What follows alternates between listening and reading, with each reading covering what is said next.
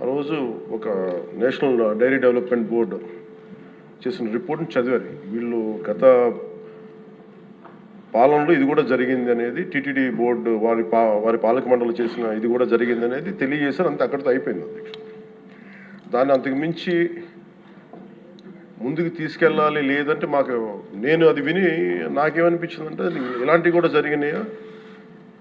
ఎందుకంటే ఆల్రెడీ గతంలో తిరుపతికి తిరుమలకి పైకి అంత వెళ్ళినప్పుడు కొంత స్థానికంగా కొంత ఉన్న చెప్పింది, తిరుమలలో చెప్పింది ఇవన్నీ కోరిలేట్ చేసుకొని కొంత ఆ ప్రసాదం కూడా క్వాలిటీ లేదని ఎలా చేశారు ఏంటో అనుకున్నాం. కానీ ఒక గబుక్కుని ఒకళ్ళు బ్లేమ్ చేయడం అనేది చాలా ఆలోచించి మాట్లాడుతాం. ముఖ్యంగా పబ్లిక్ లైఫ్లో ఉన్నాం కానీ బాధ్యతగా ఉన్నాయి మా పొజిషన్లో. అలాంటిది అసలు ఈ నెయ్యిలో కల్తీ జరగలేదు ఇవన్నీ వాళ్ళు మాట్లాడుతుంటే దాని మీద చాలా కంప్లీట్ వివరణ ఇవ్వాల్సిన అవసరం ఉంది అనిపించింది అధ్యక్ష.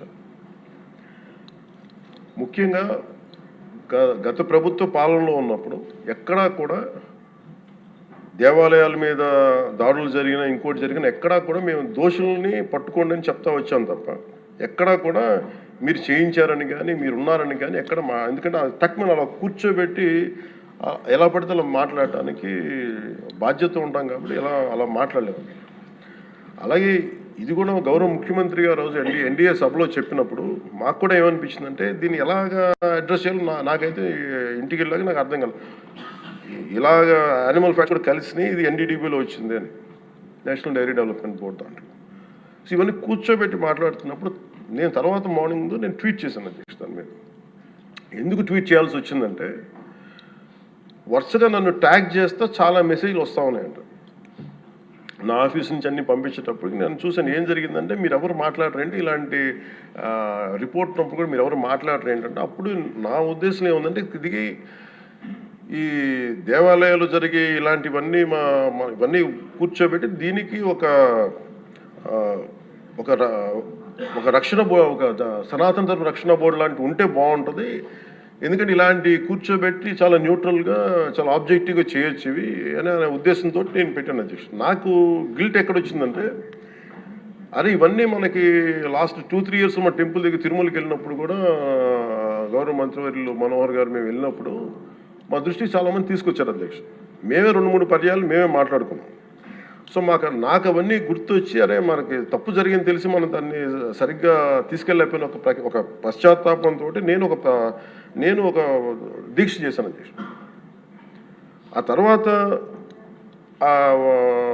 దాన్ని అందరూ అన్ని రకాలుగా తీసుకెళ్ళారు సార్ 3 పార్టీస్. అలాగే మాకు తర్వాత మొన్న గౌరవ ముఖ్యమంత్రి గారు మనకి కేశవ్ గారు మా క్యాబినెట్లో కూర్చున్నప్పుడు మా దృష్టికి తీసుకొచ్చింది అసలు ఈ నెయ్యిలో నెయ్యే లేదనేది చాలా స్పష్టంగా తెలియదు. మాకేమనిపించిందంటే ఏదైనా సరే innovation is very important in life. Innovation లేకపోతే ఈ పాటికి ఒక్కొక్కరు ఒకలా ఇన్నోవేట్ చేస్తారు.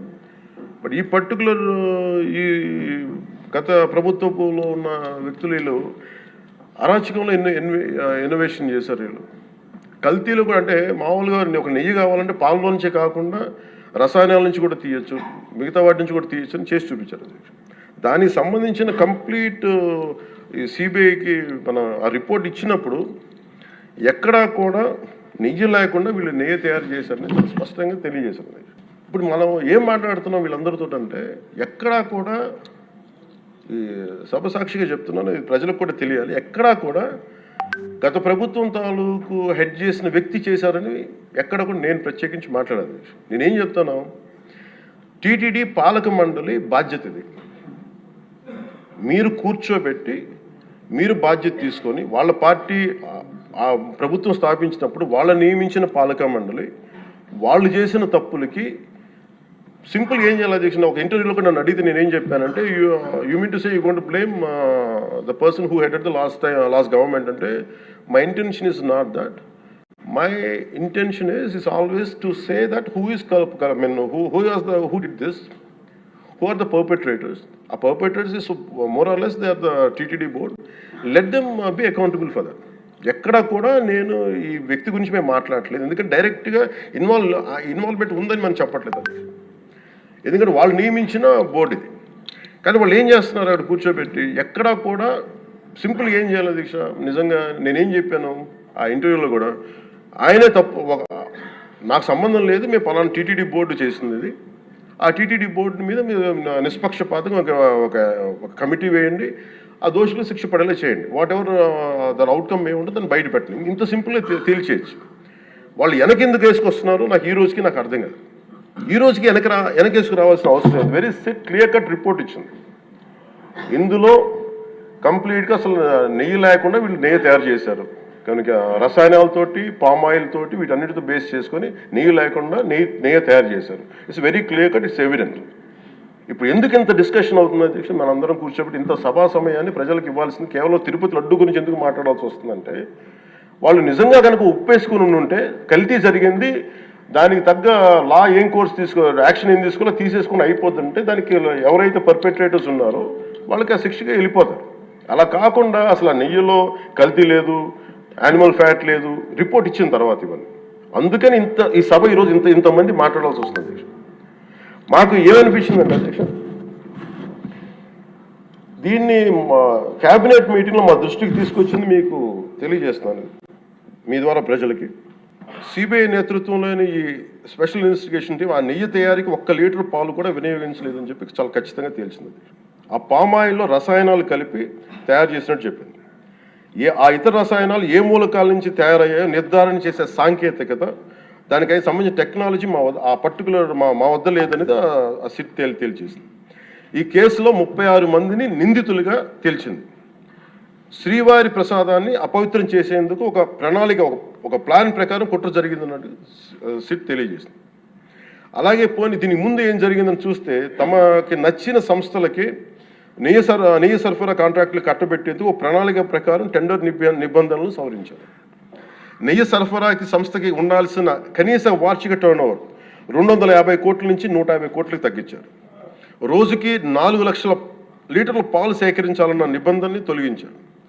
డైరీ రంగంలో 3 ఏళ్ల అనుభవం ఉండాలన్న నియమాన్ని ఏడాది కుదించారు రోజుకి 12 టన్నుల వెన్నెయ్య తేయాలన్న నిబంధనను కూడా 8 టన్నులుగా మార్చేశారు అంటే ఒకరికి నెయ్యి కాంట్రాక్ట్ ఇవ్వాలంటే ఇన్ని నిబంధనల్ని తూట్లు పడిచారు పోనీ అది చేసిన తర్వాత మళ్ళీ సవరణ అనంతరం వీళ్ళు ఎంపిక చేసిన సంస్థలు 20-23 మధ్య నెయ్యి సరఫరా చేశాయి నెయ్యి సరఫరా చేసిన సంస్థకు అందుకు కావాల్సిన కనీత అర్హతలు లేవని సిట్ ఛార్జ్ షీట్లో ఉంది అధ్యక్ష వీరు నెయ్యి సరఫరా ఎంచుకున్న సంస్థలు బోలేబాబా అని కానీ దానికి అనుబంధ సంస్థలు మాల్గంగా వైష్ణవి డైరీలు 1 లీటర్ కూడా నెయ్యిని పాల నుంచి తయారు చేయాలని స్పష్టంగా చెప్పారు ఇది 1924 మధ్య 11 కోట్ల మంది భక్తులను శ్రీవారిని దర్శించుకుంటే ఆ కాలంలో మొత్తం 48 కోట్ల లడ్డు ప్రసాదాలు విక్రయం జరిగింది దాంట్లో సుమారు 20 కోట్ల లడ్డూలు నకిలీ నెయ్యితో తయారయ్యాయని చెప్పి టీటీడీ రికార్డ్స్ తెలియజేస్తాం ఆ 11 కోట్ల మందికి రసాయనాలతో నిండిన మన లడ్డూలను పంపించారు అలాగే ఇందులో 1,00,000 లడ్డూలు కూడా అయోధ్య రామ మందిర ప్రారంభోత్సవానికి పంపిణీ చేశాం పంపిణీ చేశారు నేను మొన్న మన క్యాబినెట్లో మన గౌరవ ముఖ్యమంత్రి గారు మేమందరం కూర్చొని మాట్లాడుతున్నప్పుడు నాకు వెంటనే పర్సనల్గా నాకు మెసేజ్లు ఏంటంటే అమరావతి మన ఈ అయోధ్యకి పంపిన లడ్డూలు ఈ లడ్డూలు కాదు ఇవి వేరే లడ్డూలు అలా ఎలా తేడా చెప్తారు వీళ్ళు దానికోసం ప్రత్యేకంగా అంటే అక్కడ నిబంధనలు ఎక్కడా కూడా మీరు నెయ్యి మేము పలానోళ్ళు కొన్నారు మాకు డీటెయిల్స్ ఇస్తూ ఉన్నారు నేను ఆ సభాముఖంగా ఎందుకు వాళ్ళకి పేర్లు ప్రస్తావించారు ఆ చెప్పిన వ్యక్తులు కానీ వీళ్ళు కానీ నేను అడిగింది ఏంటంటే ఓకే మీకు దాని మీద ఆధారాలు ఏమున్నాయి మీరు ఈ లాటే పంపించారు అయోధ్యకి అనేది మీకు ఏముంటే ఎక్కడ ఏం లేదు అన్ని గాల్లో మాట్లాడుతున్నారు వీళ్ళందరూ ఇప్పుడు మేము ప్రత్యేకించి మేము అడుగుతుంది ఏంటంటే దీనికి సంబంధించి కంప్లీట్ పాలక మండలి బోర్డు టీటీడీ పాలక మండలి board they have to take responsibility వాళ్ళని ఒక గత ప్రభుత్వాన్ని నడిపిన ముఖ్యుడైన వ్యక్తి వాళ్ళని వెనకేసుకొస్తున్నారంటే అందులో కూడా మీకు కూడా బాధ్యత తీసుకోవాల్సి వస్తుంది అందుకని సభాముఖంగా మేము అందరికీ ఏం చెప్తున్నామంటే let the law take its own course ఎవరైతే దోషులు ఉన్నారో వాళ్ళకి శిక్ష పడాల్సిందే మా ఉద్దేశం ఒకటే అధ్యక్ష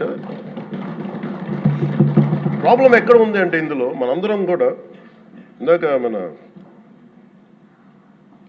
గౌరవ సభ్యులు మాట్లాడతా నెల్లూరుకు సంబంధించి సోమిరెడ్డి గారు మాట్లాడతా దర్గా కానీ మన కస్మూర్ దర్గా గురించి వీటన్నిటి మాట్లాడుతూ ఉంటే బేసిక్గా నేను కూడా నెల్లూరులో పెరిగాను కాబట్టి నేను అర్థం చేసుకోగలను అది ఎక్కడా కూడా వేరే మతాలను కించపరచడం అనేది తెలియదు అధ్యక్ష ఈ దేశం. అందుకే ఈ దేశం ఇలా ఉండేది కాదు. అలాంటి దేశం సాంప్రదాయాలని వీళ్ళు కూర్చోబెట్టి కల్తీ జరిగిందంటే వెరీ సింపుల్గా ఏం చేయాలి, అడల్ట్రేషన్ జరిగింది, మేము కూర్చోబెట్టి దీన్ని కరెక్ట్ చేసుకుని మీరు కరెక్ట్ చేయండి, మేము మీకు మద్దతు ఇస్తాం, ఇంతే చెప్పాలి అధ్యక్ష. అంతేగాని దాన్ని వెనకేసుకు వస్తున్నారు అంటే ఒకటి క్లియర్ కట్ రిపోర్ట్ ఉంది, అందులో నెయ్యి లేదనేది, అందులో రసాయనాలు ఉన్నాయని ఇది క్లియర్ కట్ చెప్పింది. ఈ రసాయనాల్లో ఏమున్నాయి అనేది అది పెరుమాళ్ గారికి ఆయన కూర్చొని చేయాలి. ఒక రిపోర్ట్ ఏమో మాకు ఎన్డీడీబీ రిపోర్ట్ ఏమో దాంట్లో ఖచ్చితంగా ఈ జంతువు సంబంధించిన అవశేషాలు ఉన్నాయి అనేది చాలా స్పష్టంగా చెప్పారు. అది ప్రాపర్ ఆథరైజ్డ్ బోర్డు.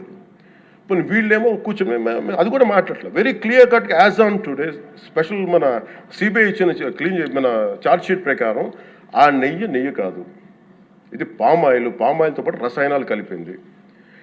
దీన్ని కూర్చోబెట్టి వాళ్ళు ఇంత మాట్లాడుతున్నారంటే ఇది ఖచ్చితంగా ప్రజల మధ్యకి వెళ్ళాలి. దీని నుంచి లబ్ధి పొందేది ఏం లేదు ఇక్కడ. కానీ ఇది ఏంటంటే ఇది ధర్మానికి సంబంధించిన విషయం అధ్యక్ష.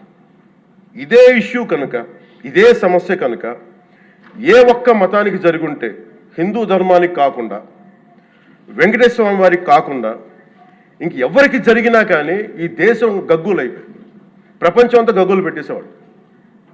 సమస్య ఏముందంటే ఇది ప్రతి ఒక్క హిందూ కూడా ఆలోచించాల్సిందే.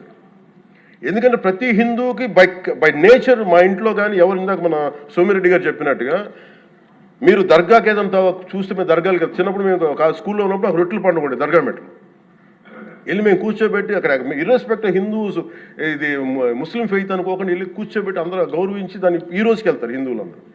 సో ఈ దేశ మూల సంస్కృతి మన ఇస్లాంని గౌరవించేది, క్రిస్టియానిటీని గౌరవించేది, సకల మతాల్ని గౌరవించేది. అలాంటిది హిందూ ధర్మానికి సంబంధించిన 7 కొండల వాడు కలియుగ వెంకటేశ్వరుడు దైవం అనడానికి చాలా క్లియర్ కట్గా ఉంది అది. ఎందుకంటే కలియుగంలో జరిగింది ఆయనే, దీనికి ఆధార పురుషుడు, ఆయన మూల పురుషుడు.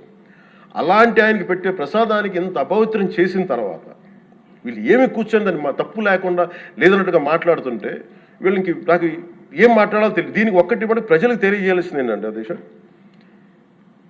ఇదే వేరే ఇస్లాంకి జరిగిన, క్రిస్టియానిటీకి జరిగిన, జీసస్ క్రైస్ట్కి జరిగిన, మహమ్మద్ ప్రవక్తకి జరిగిన, అల్లాకి జరిగిన ఇలా ఉండేది కదా అధ్యక్ష.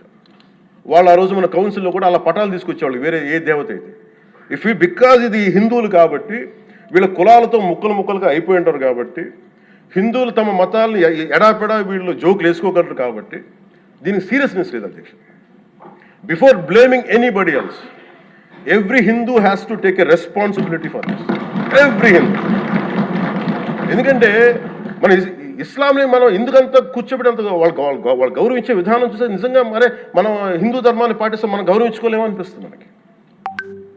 అది మిగతా మతాలను చూసి నేర్చుకోవాలి అధ్యక్ష. వీళ్ళకి ఏముంది, వీళ్ళు ఇంత మాట్లాడుతున్నారు తిరుపతి లడ్డు మీద. నిజంగా వీళ్ళు కనుక మాట్లాడితే అదే వేరే మతం గురించి ఎందుకు మాట్లాడరంటే ఓట్లు పోతాయి అధ్యక్ష.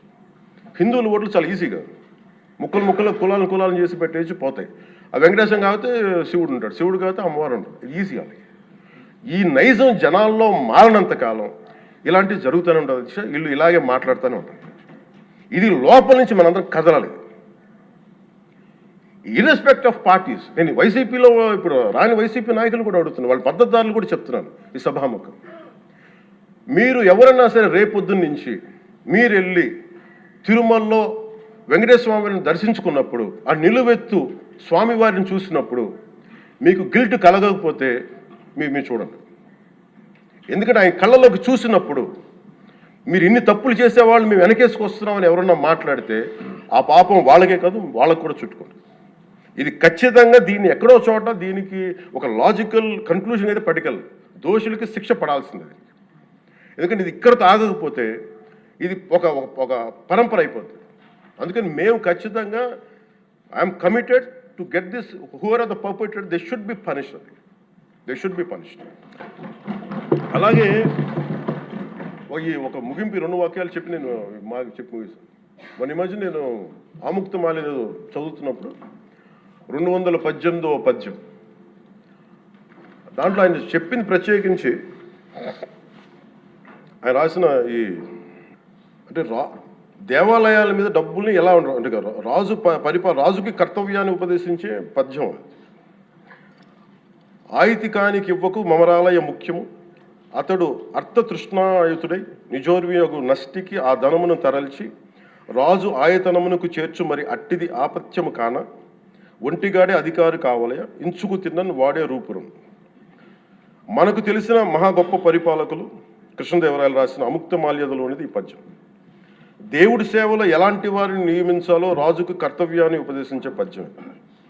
రాజు కోసం వసూలు చేసేవాడికి దేవాలయంపై అధికారం ఇవ్వద్దు. అలాంటి వాడు డబ్బు మీద ఆశతో రాజ్యానికి వసూళ్లలో నష్టం వచ్చినప్పుడల్లా దేవుడది ధనాన్ని తరలించి రాజు ఖజానాకు చేర్చేస్తూ ఉంటాడు. అలాంటిది తప్పుడు పని కాబట్టి ఎలాంటి మమకారాలు లేని ఒంటరి వాడే ఆలయానికి అధికారిగా ఉండాలి. ఒకవేళ వాడు దేవుడి సొత్తు తిన్నప్పటికీ ఆ పాపానికి వాడే నాశనం అవుతాడు. కానీ ఆ డబ్బు తెచ్చి రాజుకి చేర్చడం వల్ల ఆ రాజ్యమే నాశనం అవుతుంది అని చెప్తుంది అధ్యక్ష పద్యం. గత ప్రభుత్వ పరిపాలన కాలంలో జరిగిందంతా అచ్చంగా ఇలాగే జరిగింది. అంటే ఇది మనందరికీ కూడా చాలా లోతుగా ఆలోచించాలి. ఇది భగవంతుడికి సంబంధించిన అది. అంతమంది వెళ్ళి వాళ్ళ కర్మలను అక్కడ వేస్తారు అధ్యక్ష డబ్బులుగా. ఆ కర్మని ఆ పుణ్యస్థలమే కాపాడాలి. భక్తులు తాలూకు ఆ నిత్య ఏడుకొండల వాడి నామస్మరణే కాపాడదు తప్ప ప్రజలు చేసిన కర్మను ఎవరైతే భగవంతుడి సొమ్ముతోటి ఆడుకుంటారో, భగవంతుడి డబ్బును దోచేస్తారో తరాలు కూడా లేచిపోతాయి.